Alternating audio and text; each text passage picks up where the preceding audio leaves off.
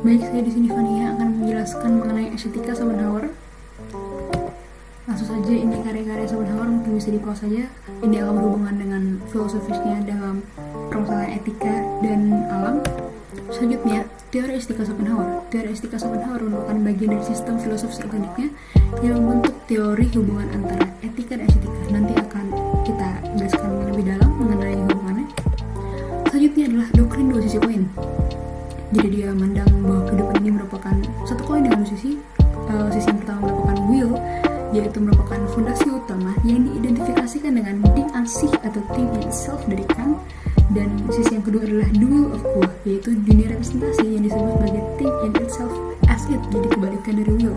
Will ini merupakan suatu energi atau sesuatu yang tanpa tujuan, sedangkan will of will ini adalah bagaimana manusia mengekspresikan dirinya dalam dunia secara terus-menerus. Selanjutnya, doktrin pesimis dari si Schopenhauer. Perlu dimengerti, pandangan Schopenhauer terhadap alam yakni dia memandang makhluk hidup menderita sebagai budak atas keinginan mereka untuk hidup.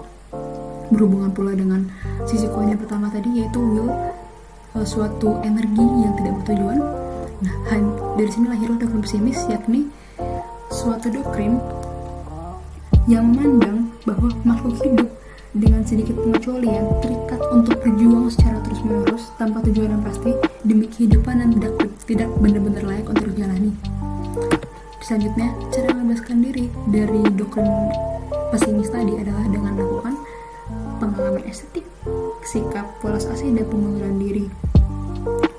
Menurut Schopenhauer, jika melakukan ketiga hal ini, seseorang akan memiliki tingkat pemahaman sejati tentang dunia yang mana akan memungkinkan yang mencapai tingkat kebebasan yang bisa jadi mengurangi jumlah penderitaan di dunia. Selanjutnya, metode estetika Schopenhauer. Schopenhauer banyak mengambil pemikiran dari Kant, jadi perlu mengerti dulu, Kant ini berpendapat bahwa fenomena keindahan atau estetika hanya akan dimengerti melalui pengamatan yang cermat. Nah, di sini Schopenhauer walaupun setuju dengan Kant, namun dia memberikan metode lainnya, yaitu intuitif kognitif. Jadi Schopenhauer percaya bahwa penilaian estetika datang dari pengalaman estetika secara langsung.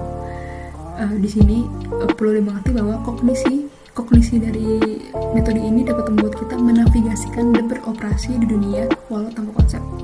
Dan bagi Schopenhauer, jenis pengetahuan yang kita peroleh dari intuitif kognitif ini hanyalah berupa pengalaman estetik, jadi bukan merupakan pengetahuan yang bersifat konseptual.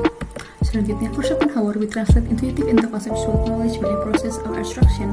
Jadi maksudnya di sini dari pengetahuan yang kita dapatkan dari intuitif kognitif tadi, kita manusia akan ingin untuk mengekspresikannya. Untuk seniman mengekspresikannya dengan cara membuat karya seni, dan untuk seniman mengekspresikannya dengan cara berkomunikasi antara satu dengan lainnya. Inilah yang disebut dengan conceptual knowledge by a process of abstraction. Selanjutnya akan dijelaskan oleh teman saya.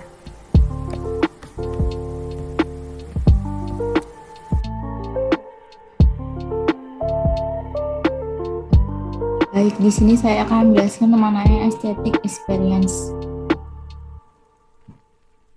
Schopenhauer berpendapat bahwa pengalaman estetika hadir dalam dua varietas utama, di mana yang indah dan luhur bisa diperoleh melalui persepsi tentang alam dan seni.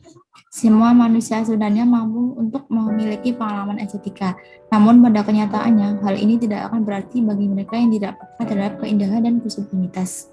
Terlepas dari kapasitas yang hampir dibagikan secara universal untuk pengalaman estetika, Schopenhauer mengatakan bahwa itu hanya dinikmati sekali oleh mayoritas orang dan hanya orang jenis yang mampu melanjutkan ke tingkat yang lebih tinggi. Terdapat dua kondisi yang diperlukan secara bersamaan dan cukup untuk menghasilkan pengalaman estetika yang tepat, yaitu subjective sight dan objective sight. Subjective sight merupakan pengalaman estetika yang terdiri dari subjek yang dapat mencapai persepsi yang tidak akan terjadi pada dunia. Untuk mencapainya diperlukan kecerdasan dengan berhenti melihat hal-hal dengan cara biasa dan tanpa memperhatikan hubungan aktual atau mungkin yang harus dilakukan oleh benda-benda fenomenal itu terhadap usaha diri sendiri. Schopenhauer mencirikan subjek yang memiliki pengalaman estetika sebagai subjek murni kognisi, di mana Penjelasan subjek tidak berjalan dalam keinginan selama pengalaman estetika berlangsung. Dalam estetika Schopenhauer, sisi subjektif dari pengalaman estetika melibatkan kesenangan yang berdiri sangat kontras dengan kesediaan. Semua bersedia melibatkan penderitaan karena berasal dari kebutuhan dan kekurangan.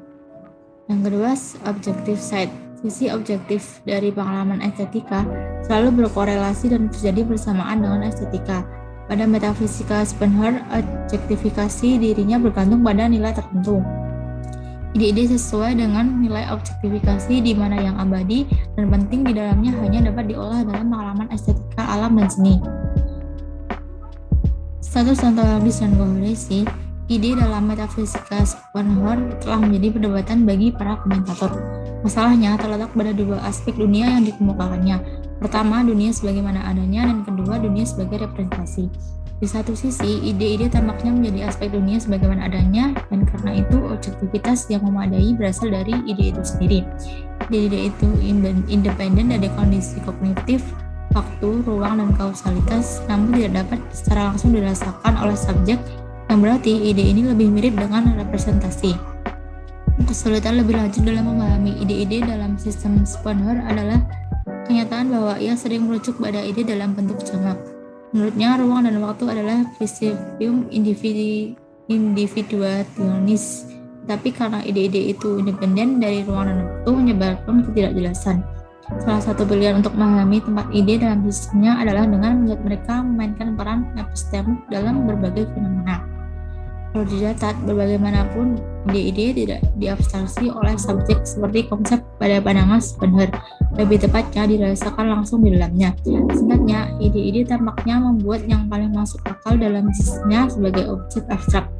Objek yang tidak spatiotemporal, yang tidak berdiri dalam hubungan kausal dengan apapun dan belum diabstraksi seperti konsep adalah aspek nyata dan penting sebagai representasi. Peran penting yang mereka mainkan dalam sistem Schopenhauer adalah bahwa mereka merupakan objek dari semua pengalaman estetika, baik dari seniman maupun penonton, dan persepsi mereka merupakan wawasan tentang sifat penting dunia dan fenomenal.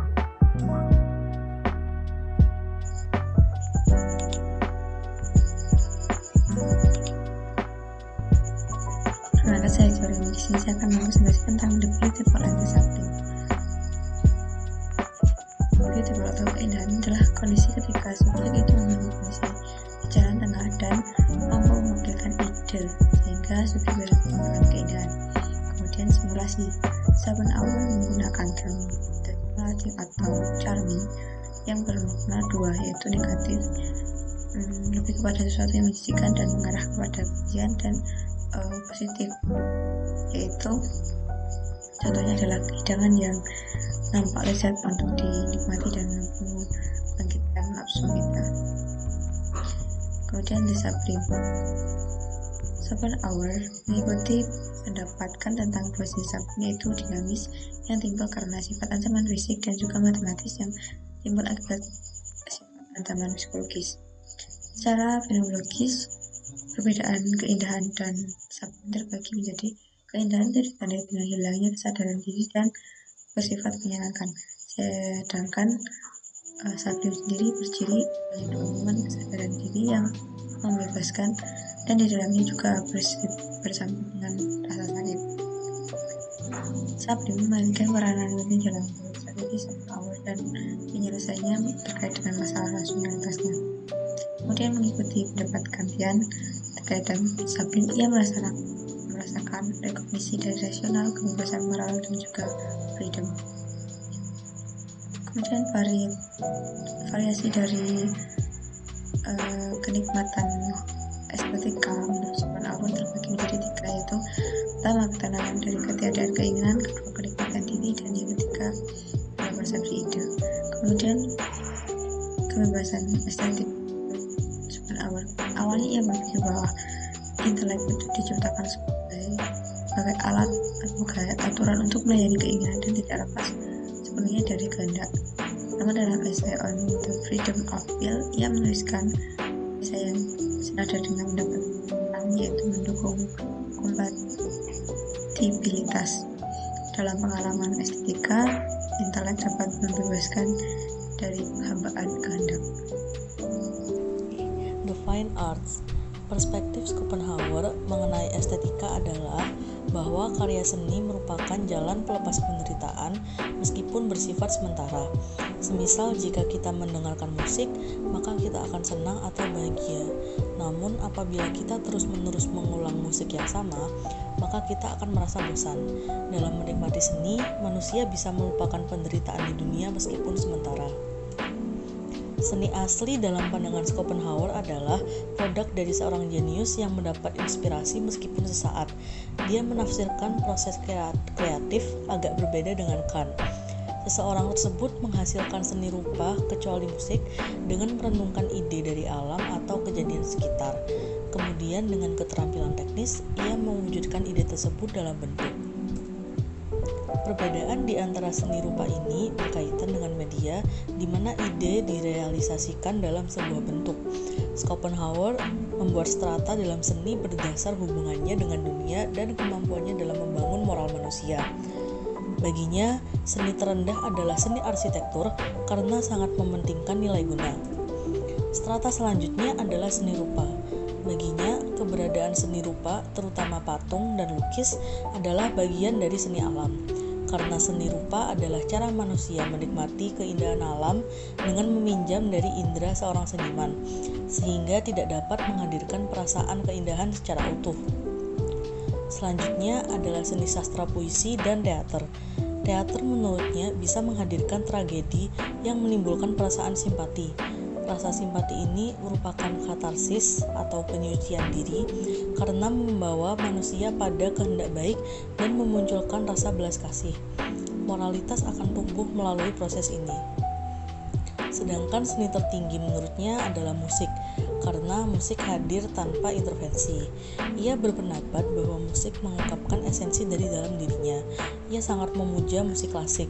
Schopenhauer percaya bahwa pengalaman musik membawa kita secara epistemik lebih dekat pada esensi dunia sebagai kehendak. Terima kasih. Hubungan antara pengalaman estetika dan etika. Yang pertama adalah etika dan pemahaman.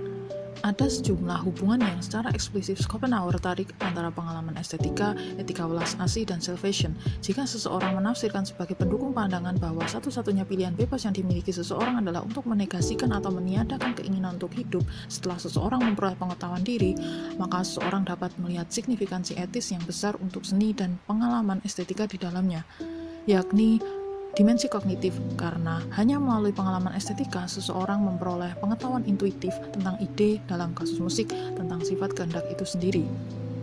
Musik melibatkan perasaan emosi universal, emosi yang terpotong dari konteks, motif, atau individu tertentu. Sejauh sesama manusia merasa terhubung dengan orang lain pada tingkat perasaan, maka musik memiliki hubungan langsung dengan etika welas asih Schopenhauer, karena perasaan bahwa manusia memang pada akhirnya bukanlah individu yang terpisah, tetapi bersatu dalam dirinya sendiri. Dunia merupakan pengetahuan intuitif dasar sebagai akar dari sikap etis kasih sayang. Karena pengalaman estetika adalah satu-satunya cara untuk mendapatkan pemahaman yang benar tentang dunia dan keberadaannya dalam semua keanekaragamannya, ini berarti bahwa pengalaman estetika adalah prasyarat yang diperlukan dengan membuat pilihan etis untuk menegaskan atau menyangkal keinginan satu-satunya peristiwa itu sendiri. Dengan demikian, signifikansi kognitif unik dari seni dan pengalaman estetika secara umum ternyata memiliki kepentingan etis. Yang kedua adalah pengalaman kebebasan negatif dan positif. Cara kedua bahwa pengalaman estetika memiliki kepentingan etis bagi Schopenhauer adalah sebagai pengalaman kebebasan negatif, kebebasan dari penghambaan dan keinginan untuk hidup dalam hal mengenai yang indah. Seseorang memperoleh kewawasan pengalaman ke dalam keadaan tanpa keinginan, di mana subjek memandang dunia dengan cara yang tidak egois. Etika Schopenhauer didasarkan pada mengambil sikap penuh kasih dan bertindak untuk kepentingan orang lain.